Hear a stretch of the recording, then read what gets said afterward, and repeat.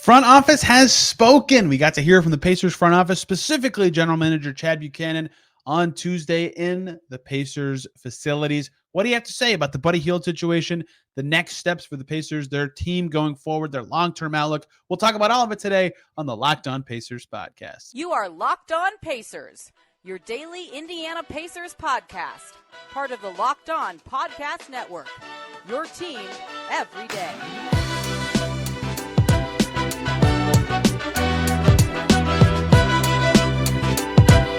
Happy Wednesday, everybody, and welcome into another edition of the Locked On Pacers podcast, where we, of course, talk about the Indiana Pacers. As always, my name's Tony East. I cover the team for Forbes and SI, and today, lots to dive into because we got to hear from the Pacers front office for the first time since free agency really happened. Chad Buchanan, Pacers GM, spoke on the record in the Pacers facilities at Cambridge Fieldhouse on Tuesday, about a 20-minute media availability. Lots of gathered media there for an event with the Pacers front office. And we got to learn a lot about Buddy Hield, of course, the big news for the Pacers, his extension, discussions, what's the next steps there, how that all manages, and what the next steps are for Hield with the Pacers.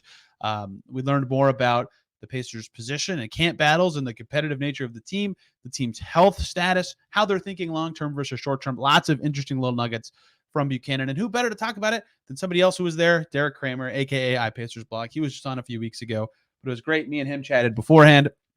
He was a part of the media availability as well. So there's lots to get into. Derek and I are both there. Let's just break down everything Chad Buchanan had to say at his press conference on Tuesday. A big day in Pacerland. The front office, specifically general manager Chad Buchanan, speaks on the record for the first time really since free agency. They spoke after the draft, but only Rick Carlisle has spoken since the signing, so got a lot of details out of the front office and convenient timing with the Buddy Hield news being very fresh within a week of that coming out from Shams Charania. So lots of new information about the Pacers as they head into camp, the state of their team, what the front office is thinking about a variety of topics.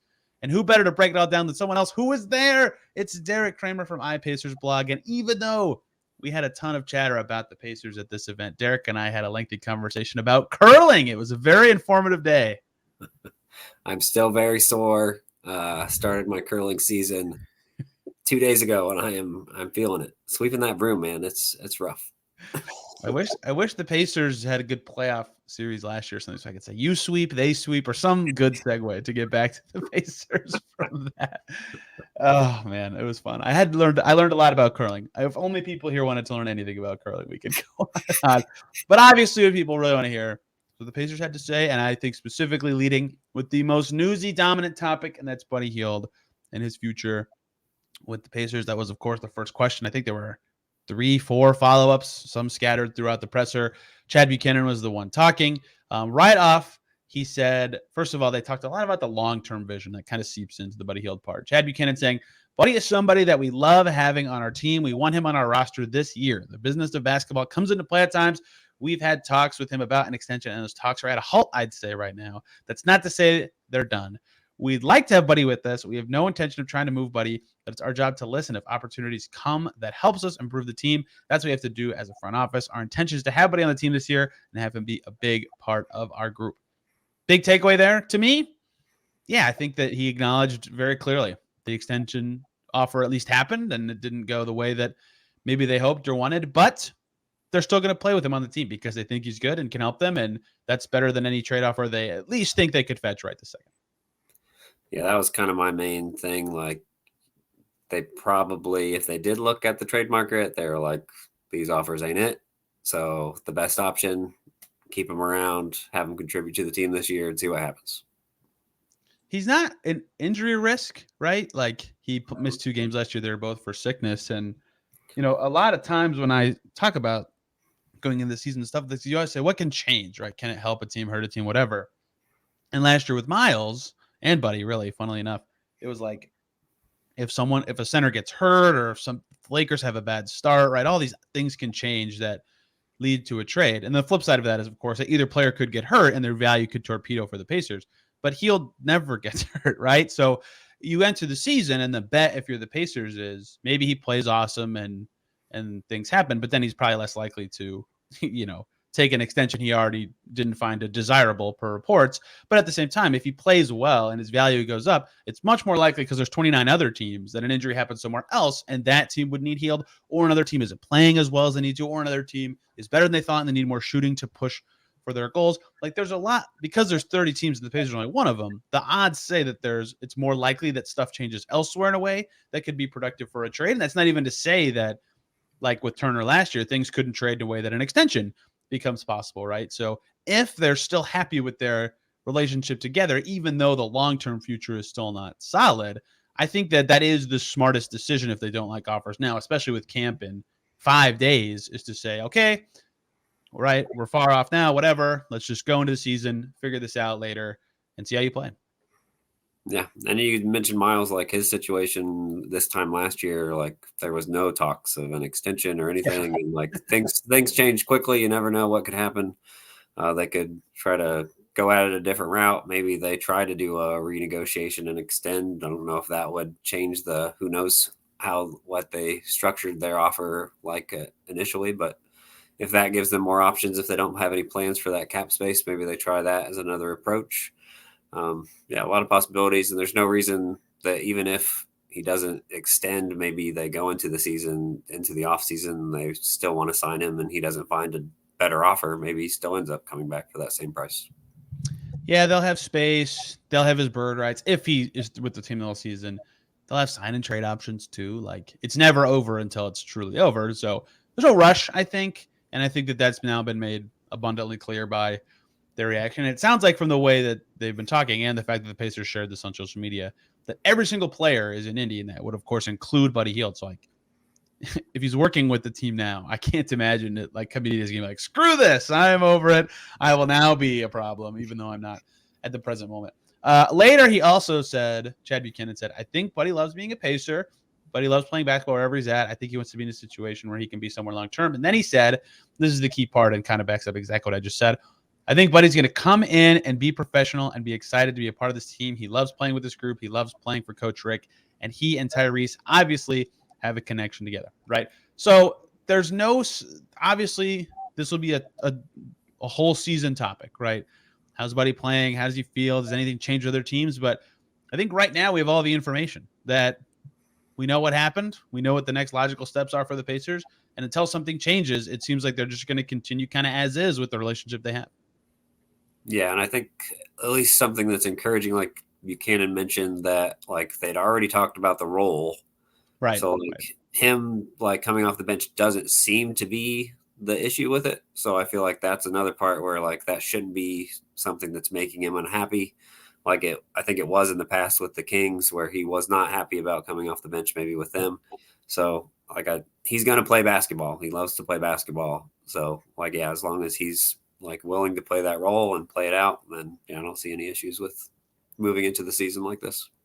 I can't believe the Pacers haven't given us the funniest phrase ever that's seeping into NBA team speak as a message to media. That's sixth starter, when there's a really good player that is coming off the bench that they're trying to gas up. Chris Paul just got that treatment by Steve Kerr. You'd love to see a good sixth starter, but truly that's kind of what Buddy Hield would be. You mentioned unintentionally a nice segue, because the reason that we can now more confidently say Buddy Hield not starter is because when talking about Bennedict Mathurin, who they're happy to see how development will go and how training camp will go, they acknowledged a lot of training camp battles, and we'll get to that. Chad Buchanan on Bennedict Mathurin's potential starting spot, he said, training camp will determine that, but I think going into it right now, that's probably where Mathurin's going to begin as a starter. And he said, but it's up for grabs once we get on the court. Ben's development is important to the future of this franchise, and it's not going to happen instantly. Finding the right sweet spot for Coach Carlisle and roles for Bruce, for Buddy, for Ben, for Drew, TJ, that's going to be challenging. I think we all see that. So that has been my guess and most people's guess all summer, given how Ben has spoken, given what was said at the end of last season, given what was said about Buddy at the end of last season, given the Bruce Brown edition, that Mathurin would be a starter. And again, this doesn't say he will become day one of the season, but it sounds like, especially if he's going to be the opening camp starter, that he is at least in the lead to be a starter come opening day for this team. Yeah, it's clear that that's the result that they would hope. Yes. Yes. It's definitely his job to lose. at least to open the open camp and open season by what Buchanan said. Obviously, he's not the coach. Maybe Rick's thinking differently, but usually seems like they're on the same page with that kind of stuff. Hey guys, short little break here so I can talk to you about Jase Medical. We're making the Jase case, which provides 5 life-saving antibiotics for emergency use. All it takes to get a Jase case is filling out a simple online form, and maybe in some cases jumping on a quick call with one of Jase's board-certified physicians. What is a Jase case? Well, everybody should be empowered to take care of themselves and their loved ones during the unexpected. That's why Jase Medical offers the Jase case. It provides 5 life-saving antibiotics for emergency use and gives you peace of mind. So you're not just hoping you have access to medication in an emergency, but you've got it. Jase Medical makes sure you have it on hand, and Jase Medical is simple. They handle everything from online evaluations to licensed pharmacy medication delivery and ongoing consultation and care. Don't get caught unprepared. Get $20 off these life-saving antibiotics today from Jase Medical by using our code LOCKEDON at checkout on jasemedical.com. That's JASE medical.com. Promo code LOCKEDON. And I assume, I've never really asked you straight up, like, you think he should start, I presume? Yeah, I think that's the necessary next step. You got to see more of how he and Tyrese can play together and get more of that stuff going. Yeah, and even if they could do it where he starts, you get a good sample of him and Ty, then Buddy for Ben is the first sub, because Mathurin can be a little more pound the rock Mathurin with the second unit, whoever the point guard is for that group, and that way he can still be Ben, be getting to the line, be getting his points, but also getting reps with Tyrese, and you can also then experiment Bennedict plus Jase and all sorts of stuff that come from that. Yeah, and then to me, and we'll talk about this, but like the Pacers should still be thinking long term. They're not, I mean, maybe they can win around, but they're definitely not a contender this year. And when you're in that situation, you're thinking about the future, you're thinking about growing, and that's about your recent draft picks is a big part of that. So even if they do want to win this year, and even on talent alone, they'll be better than last year. Mathurin being a starter, I think, is a must almost. Just for the sample of getting him with Tyrese alone, but also for that experience of going against better defenders, just to expand his role, right? He did it down the stretch of last season, and all of a sudden it's like, oh, I'm guarding Donovan Mitchell, and he's guarding me, and this is way harder than what I was doing. Like, that kind of stuff was important, and now that's got to be a nightly thing, so I think the Pacers are correct to make that call, even though it might hurt Buddy's impact a little bit and change his long-term outlook. Yeah, honestly, I think that the bigger question is like whether, maybe not right now, but in the future, if Mathurin struggles initially to the year and Nemheart looks really good, it's a question between them two and who should start. And maybe they both end up starting, depending on where Bruce Brown ends up. But those two, I think, are one of those guys has to start for sure. Yeah, you got to explore the young guys, and especially defensively, like Bruce Brown and Nemheart. Their skills aren't ones that subtract from other people, but they have very similar skill sets. That's what I was about to say by overlap, right? So it's I think it would be between Nemheart, Hield, Mathurin, plus Bruce Brown being the other guy instead of taking Bruce Brown out. But yeah, I think you have to explore the young lineups and what that means, because. And it's also easier too, because it's not like Mathurin and Nemheart are bad. It's not like they're unproven and it's going to sink your team. It's just it's both helping you win and grow long term. And I think, yes, I agree with you that choosing between them makes a lot of sense. But the question is, if their offense really sputters, or they really need to get Haliburton plus Hield lineups, it's how can they adjust everything to still be accomplishing their youth goals and start Hield? That'll be a tough question. Maybe it's just move Bruce Brown to the bench, but that's a question for a hypothetical situation that doesn't even exist yet. It's just thinking about what they've said and what the rotation looks like it's going to shake out to be. But I think they're making the right choice given their current situation. I agree. And Buchanan said during the press, the only starters that are guaranteed, seemingly set in stone are Tyrese and Miles. And other than that, we'll see what happens, was basically how he put it. They are expecting a very competitive training camp, which is funny timing because I literally did a podcast on that yesterday. That was complete luck. But I mean, it makes a lot of sense, right? And that's why I asked one of the questions I asked in the presser, which is there's a lot to it from what the Pacers' goals are, right? Who's playing and who's not, because of their fit with Haliburton, because of their long-term fit with the franchise, just in general. There's lots of factors that are at play there. But if you're the player, right, playing with Haliburton could help you get money. And they have a lot of guys fighting for rotation spots who are also potentially in contract years, right? Daniel Tice certainly is in a contract year with his team option. TJ McConnell is half guaranteed next year, potentially fighting for a rotation spot. Technically, Bruce Brown is on an expiring contract, although that's a little different. Jalen Smith has a player option, so he's not guaranteed a contract next year, but still things are up in the air there in theory. And Jordan Nwora is on an expiring contract. Like all those guys would probably like to play. And that doesn't even account for guys who are more established, who getting more minutes is still helpful, or playing a lot is still something you want to do in the NBA, even beyond money. Like money could be a secondary, tertiary, whatever factor for these guys. So there's going to be a lot of competition. They've acknowledged that for minutes, which makes sense. They're a young, deep team. And when you as a team that plays fast, depth is important. Injuries happen, right? But also, they're going to have to do a lot of human management on the back end of that, of guys who might want to play or guys who think they deserve to play. Well, if they didn't earn it, then how do you handle that with them? How do you manage it? It doesn't mean a problem is coming. They did a great job smoothing a lot of that over last year. Halliburton is a very good mediator, is not a perfect term, but just like good locker room guy to keep everybody boosted. But they also don't have James Johnson and George Hill anymore, so they'll be counting on some vets if there are issues there. But I think that will be a part of their season, is not only the rotation and the competition that comes from that, but then managing the fallout from that when you do decide who is and isn't playing. Yeah, they have a lot of guys that are deserving of minutes and playing in these games. And like Buchanan said, like they're not going to have 15 happy guys in the locker room about their roles. Yep. Like they're on enough minutes, and they have a lot of guys that are worthy. So it'll be very, very interesting to see how it all shakes out. And like you said, like injuries kind of take care of some of this stuff, but hopefully, like you don't want to wish that on anybody. So it's like it's an interesting situation. We'll see kind of how it shakes out and who the guys that are like have been rotation guys in the past few years that are going to fall out of the rotation just because somebody has to.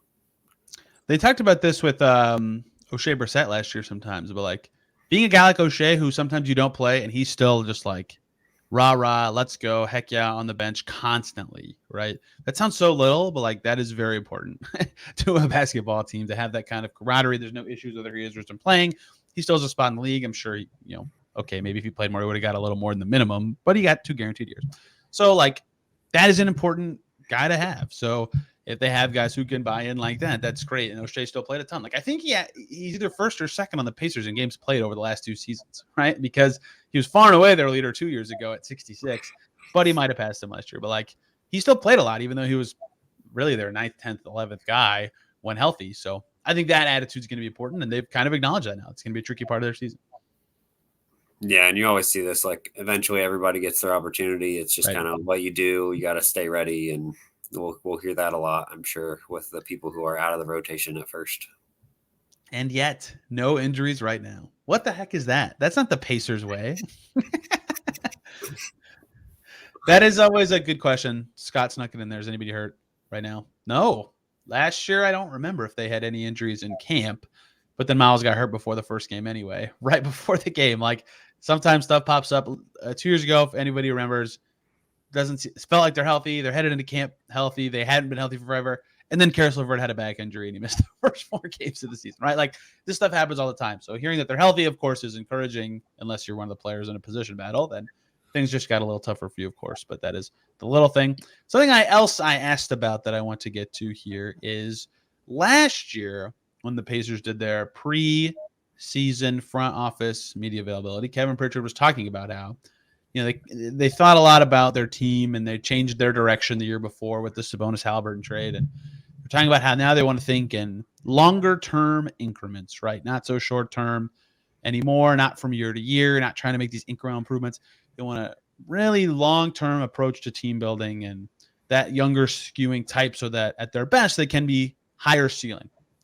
And then they were immediately much better than they thought. They have won 35 games last season. Halliburton looked great. They're ready to take a step forward.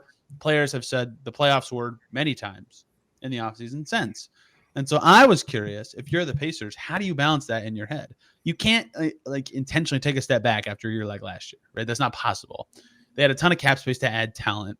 Halliburton's only going to get better, right? How do you manage these long-term hopes and expectations with a young growing team with 2 lotto picks in the last 2 years and a guy who was 1 vote away from all rookie? You're still a young team, right? They're not ready to compete yet.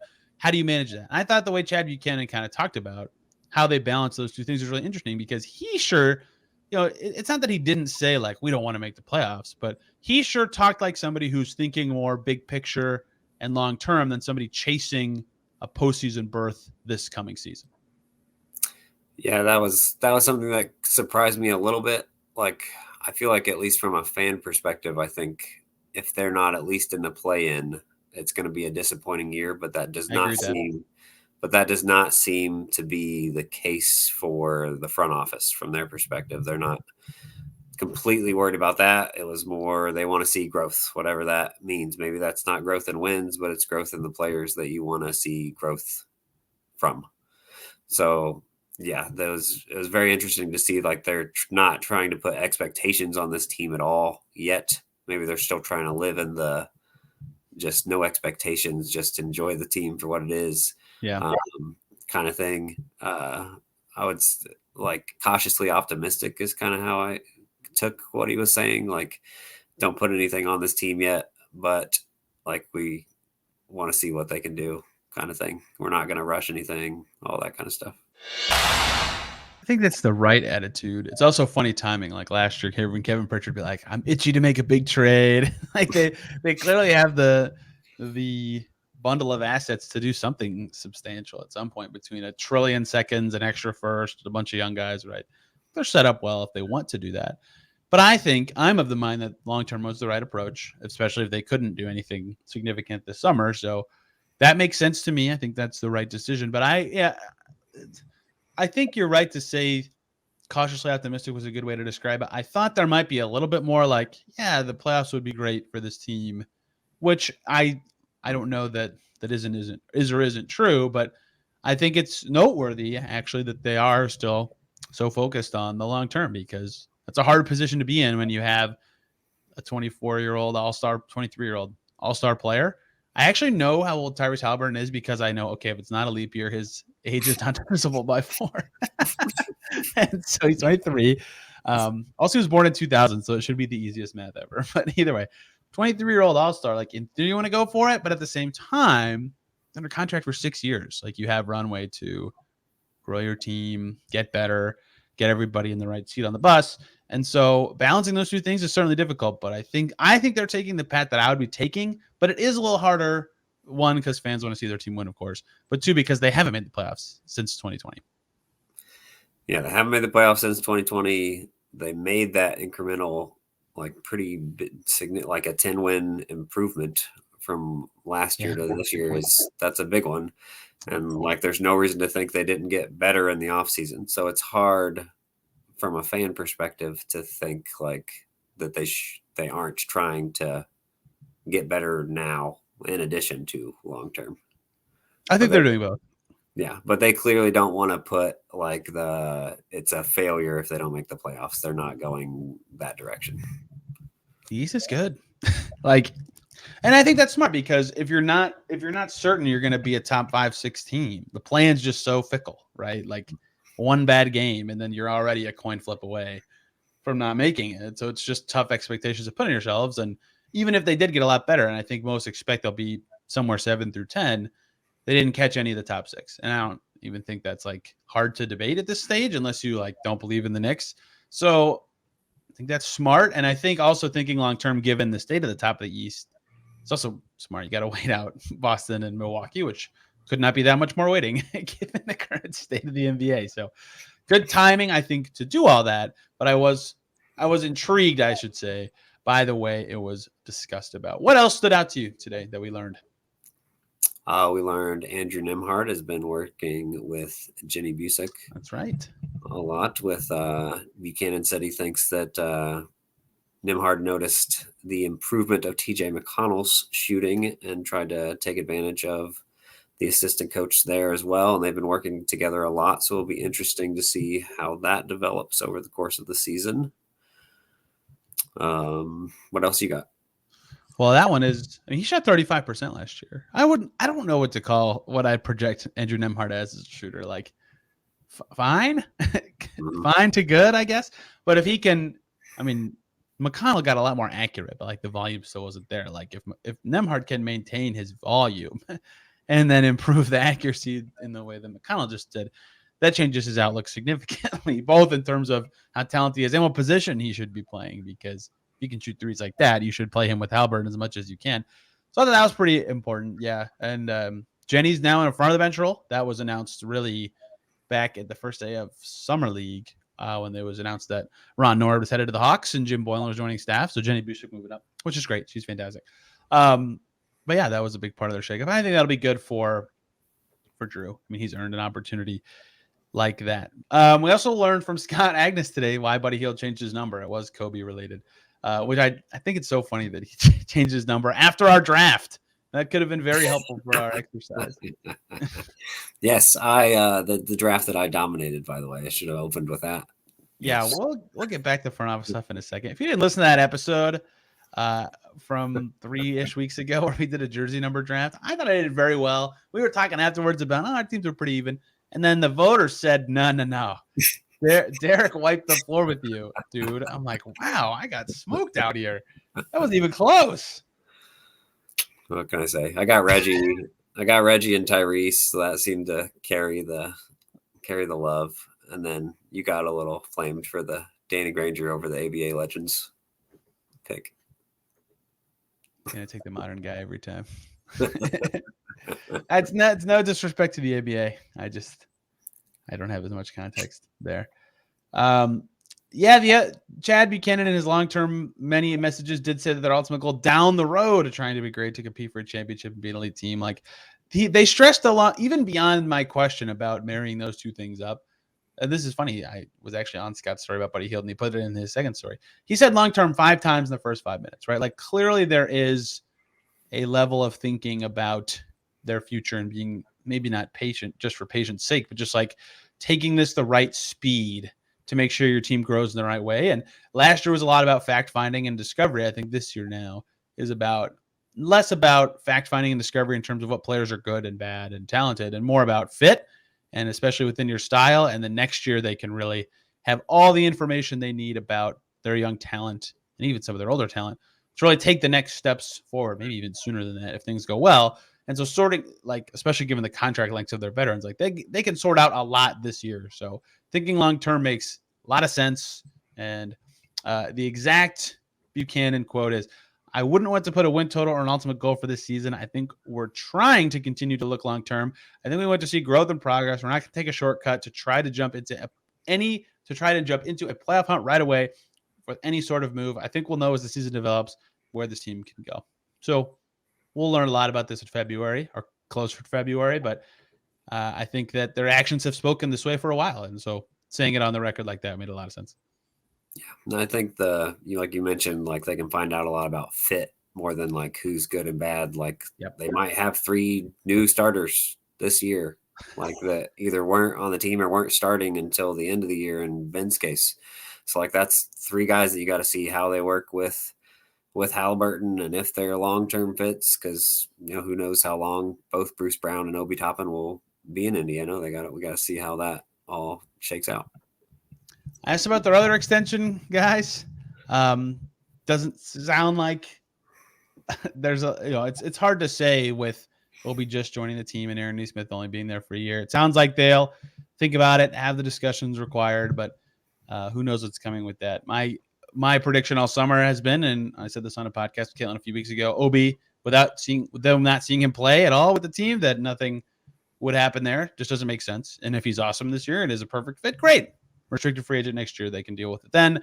And Nesmith's a maybe. It depends on what they project his role to be, perhaps how his camp goes. That is my guesses, but they did talk about that a little bit. I was curious about that. I threw in TJ and Daniel Tice into the question because they are extension eligible. Chad did not talk about them. I do not think they're going to get extensions anyway. I just had to ask the question correctly. I don't even think he needed to bring them up. Yeah, he just ignored that part of the question.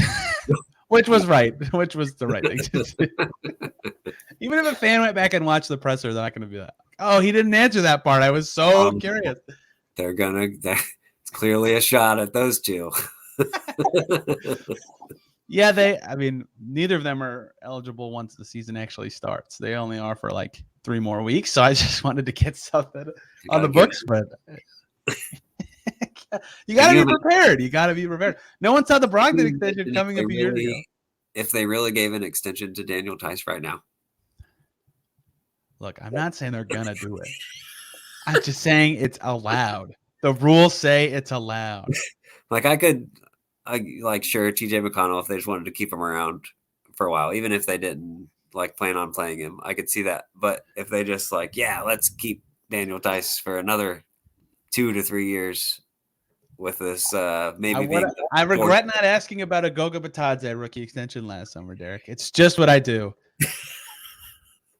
It's just how I roll. It's fair enough. I don't think there was Daniel Tice might be the backup this year, so maybe like they said that he could be around. So who knows?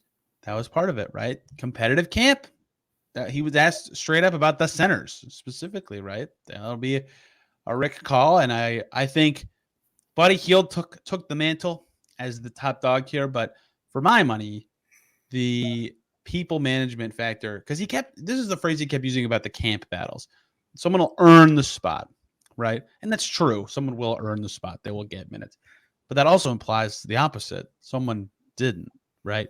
So a big storyline to me for a deep team early in the season would have been, how do you manage those people? And so he talked about all the camp battles, and you already mentioned the two he solidified. We really already dug into this, but I think that would have been my biggest storyline for the first 3-4 weeks of the season, is who won those battles and why, and how are they handling that internally? Because Tice is another one, right? Maybe deserves to play. Had a really good summer. If they really want to win, he's probably the guy that would play, but they'll have to determine all that and manage all that in the coming weeks. But I think we've covered everything said today. It was 20 minutes long. The Pacers have posted it on their YouTube page if you would like to watch it. And if it feels like we didn't cover 20 minutes worth of stuff, it's because 8 minutes, 7 minutes of it were about Buddy Hield. And we got to him at the beginning.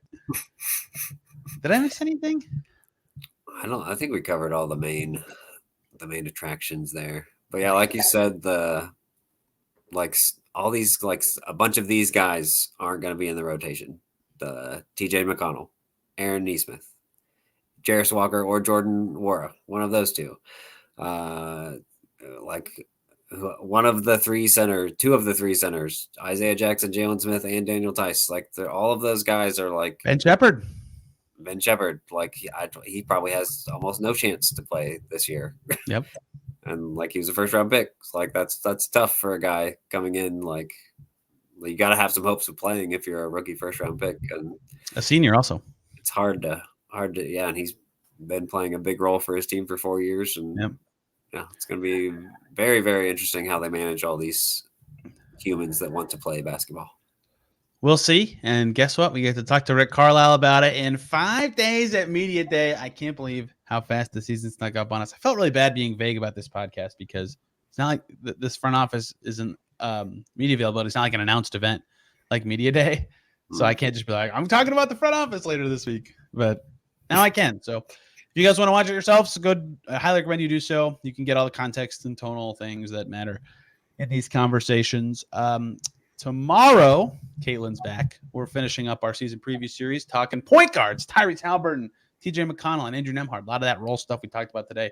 We'll get deep into it tomorrow. Friday, we'll do the latest on Buddy Hield to get into some veteran questions about their 30-plus-year-olds on this team. And then next week, we're back. It's October. The season will be rolling. Derek, thank you for the time today. People probably know who you are because you were just on a few weeks ago, and you're on all the time. But where can people find you and your work covering the Pacers and this press conference that happened today? Yes, they can find it at iPacers.com. Hopefully have a few stories up this week from the stuff with Chad today. And then iPacers blog on Twitter. You can find me there. It's where you can see the lovely Paul George trade tree. That still up. Still my pinned tweet. It took the spot of my choose your own adventure trade deadline from this. What will it take for you to unpin that tweet? A move that makes the tree longer? Probably, yeah. I don't know. If you got really good at illustrations, make it an apple tree, and then when the branch ends, it's an apple falling to the ground. Oh, sad. Well, people were very confused the way I labeled Rubio and Tristan Thompson as like inactive, like they thought that they were just like retired. I want everyone to know that Derek and I labored over guys like that for way too long. Well, I didn't we were trying to add somebody in. I was trying to beg you to add somebody in for like no reason. I can't remember who it was. Yeah, I can't. Oh, it was Terry Taylor because you wanted me That's to. right. That's right. Terry Taylor got the roster spot that Tristan Thompson vacated.